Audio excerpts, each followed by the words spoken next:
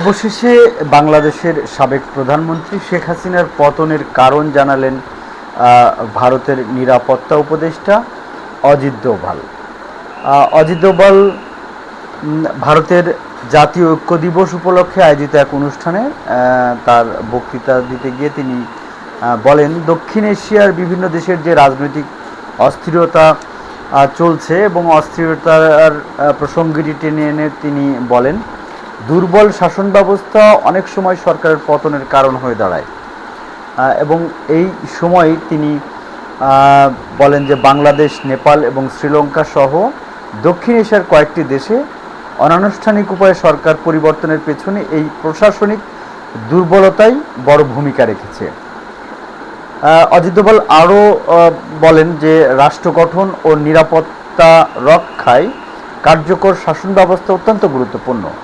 এটি শুধু রাষ্ট্রকে লক্ষ্য অর্জনের সহায়তা করে না, বরং সাধারণ মানুষের আকাঙ্ক্ষা পূরণের পথও তৈরি করে।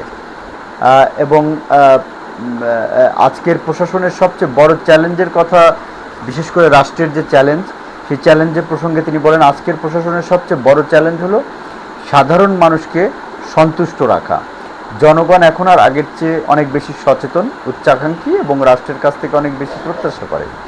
তাই সরকারকে মানুষের প্রত্যাশার প্রতি সাড়া দিতে হবে। এবং তিনি নরেন্দ্র মোদীর প্রশাসনিক নীতির প্রশংসা করেন অজিত দোভাল, স্বাভাবিকভাবেই করবেন, কারণ তিনি এই সরকারের জাতীয় নিরাপত্তা উপদেষ্টা। তিনি বলেন, মোদীর প্রশংসা করে যে ভারত এমন একটি নতুন কক্ষপথে প্রবেশ করেছে, নতুন ধরনের শাসন ব্যবস্থা, সমাজ কাঠামো, এবং ভারত এগিয়ে যাচ্ছে একটি অন্যরকম জায়গাটায়, সেই বিষয়গুলো তিনি বলেছেন। তবে বাংলাদেশের স্পেশালি তিনি যে জায়গাটায় বলেছেন যে বাংলাদেশের সাবেক প্রধানমন্ত্রী শেখ হাসিনার পতনের পেছনে মূলত দুর্বল শাসন ব্যবস্থা এবং প্রশাসনিক দুর্বলতার প্রভাব ছিল। তিনি উল্লেখ করেন, প্রশাসনিক দুর্বলতা এবং জনগণের আস্থাহীনতা একটি রাষ্ট্রের রাজনৈতিক স্থিতিশীলতাকে সবচেয়ে বেশি ক্ষতিগ্রস্ত করে। অবশেষে ভারতের পক্ষ থেকে আসলে একটা বিষয় স্বীকার করা হলো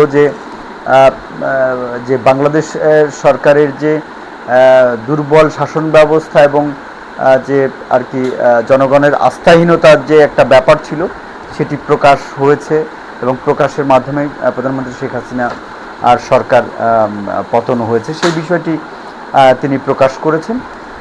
এটা আসলে কি বাংলাদেশের সঙ্গে ভারতের সখ্যতার নতুন দিক কিনা, সেটাও আমাদের ভাবতে হবে।